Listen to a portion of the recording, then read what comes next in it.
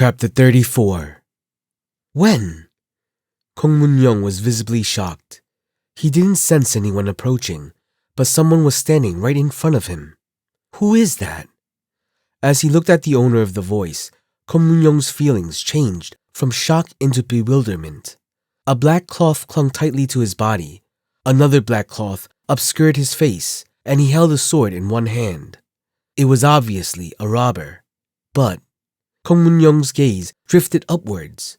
The blazing sun caught his eyes as his vision clouded over. A crazy bastard! A robber was roaming on the streets in broad daylight. Did that make any sense? What did you say? Instead of Kong Mun-young, someone else asked. The masked man looked at the person and spoke. I said, what bullshit? Kong Mun-young looked at the robber with blank eyes. Is he going to die? Is it some old man? A bent waist with an emaciated body made the man look like a skeleton. Every move seemed to cause his bones to ache, and what can be seen of his hidden face were tired eyes that looked old and withered. Or was it a young child dying? No, that couldn't be. What business does he have? He doesn't seem like a passerby. The masked man coughed a few times and shook his head at the question. Shit, I'm going to die this way. Can't you see what's going on? What's going on?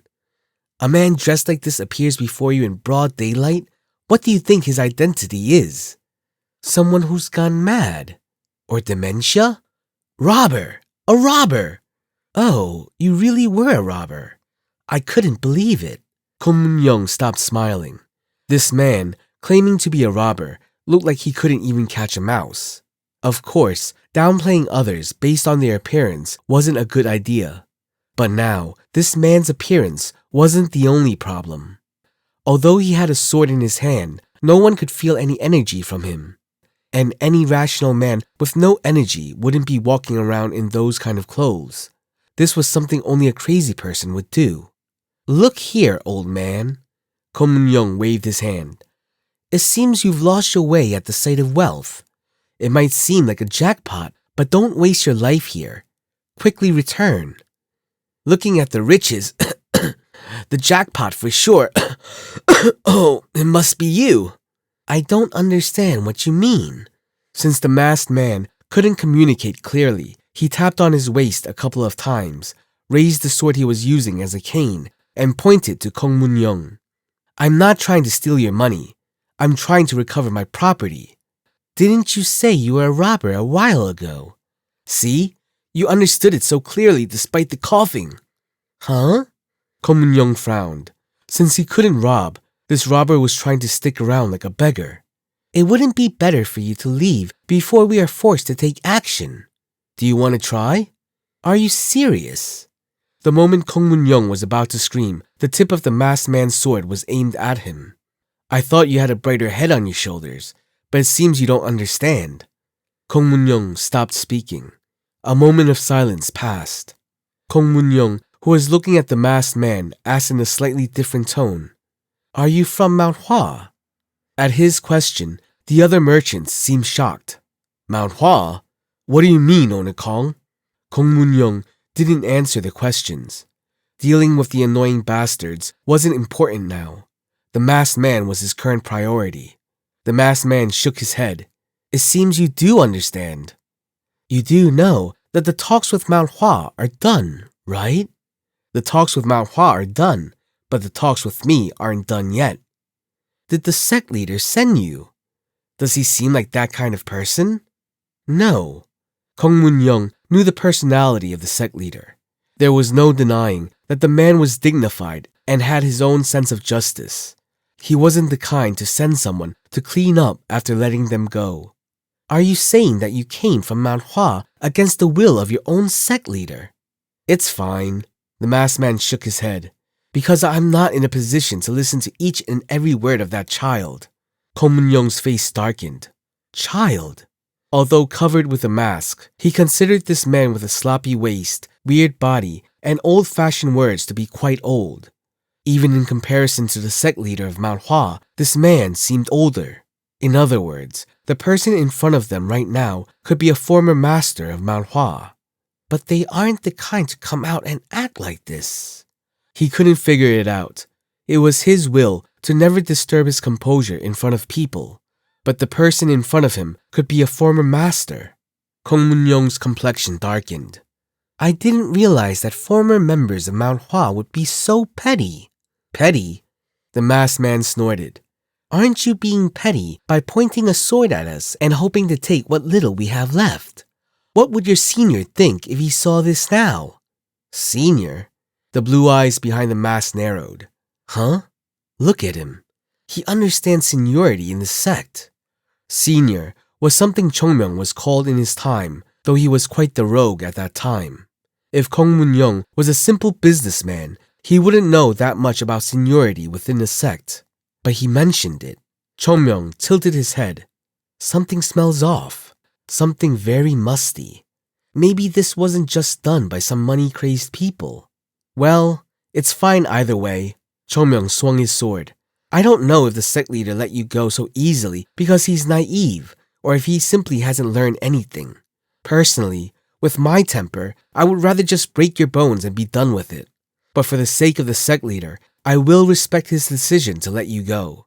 Leave the carts and get out of here. Then I won't catch you. Ha ha ha ha. Kong Mun-young burst out laughing. Old man, do you think I left because I lacked strength? Yes. Kong Mun-young was confused. It was weird how this old man talked.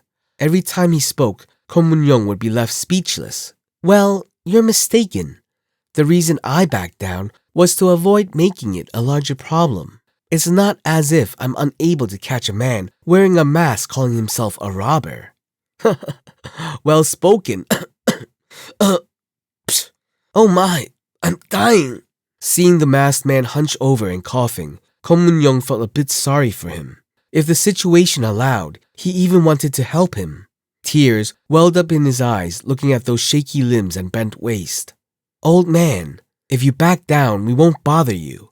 It seems like things are difficult for you too, so don't stand up and simply head back. The old man has already died. He was a kid now. Aigu, that pure internal ki is killing my body. His body wasn't mature, so he had no choice but to use it, but he never expected the wounds to be so severe. There was no way he could feel fine when he was supposed to be resting for 3 months, but he decided to go wandering the streets. He was thankful they misunderstood him to be an old man, but I have nothing to say. Jongnam swung his sword. Those who want to take a beating, stay here. Those who value their lives can leave empty-handed. Back in the old days, I would have just pounced without asking a question. Recently, though, I'm learning to be patient, so don't test my temper. You speak well. Kong Mun-young drew a line like he didn't want to speak anymore. This is your last warning. I will not show you any more consideration. I get it. Tell the people hiding to come out. Kong Mun-young was startled. He noticed. Following behind him were a group of hidden escorts. They were so talented that it would be difficult for even a trained martial artist to feel their presence. Come out! As the words fell, dozens of warriors appeared from the grassy terrain. Huh? When did these people, the merchants, gathered close to their carts, their faces rife with fear? Of course, they couldn't have noticed the guards following them. Once more! Kong Mun-young still wanted to give the old man a chance to step down, but went silent at what happened. A sound that made his shoulders shake, and swash! The warrior who jumped out the farthest collapsed suddenly. Upon seeing that, Kong Mun-young's legs trembled. Jongnam clicked his tongue and raised the sword. Anyway, pak, kids these days, talk a lot. Pak, I didn't act like this in my time. Thud. 5 escorts fell before Kong Mun-young could figure out what happened. He couldn't understand it. Jongnam retrieved his sword, put it on his shoulder, and looked at Kong Mun-young. It may have looked cool if anyone else had done it, but now Jongnam was weak and slumped over. Seeing him bent down, seemingly in pain, evoking a sense of misery in his movements, made the onlookers feel a sort of pity for him. Child, Jongnam smiled and continued. You don't seem to know much, but none of the kids who ignored me in the old days returned with their limbs intact. You should listen well to the words of your elders. I wonder, will some old-fashioned medicine work on you? Jongnam walked with his sword on his shoulder, whistling. The warriors who saw it faltered and stepped back at his approach, completely crushed by the momentum. Stand back, you useless trash! Kong who yelled at the warriors, grunted through his teeth. Was there still someone this strong hidden in Mount Hua? He thought Mount Hua was just an old tiger with its teeth and claws removed. No, that was correct. The mistake was overlooking the fact that a crippled tiger is still a tiger. Even without its teeth and claws, it could kill a man with its strength alone. I don't know why you waited until now to appear. If you had come out earlier than now, Mount Hua wouldn't have turned this way. Just as Jongnam was opening his mouth, Kong continued. But you've come at the wrong time.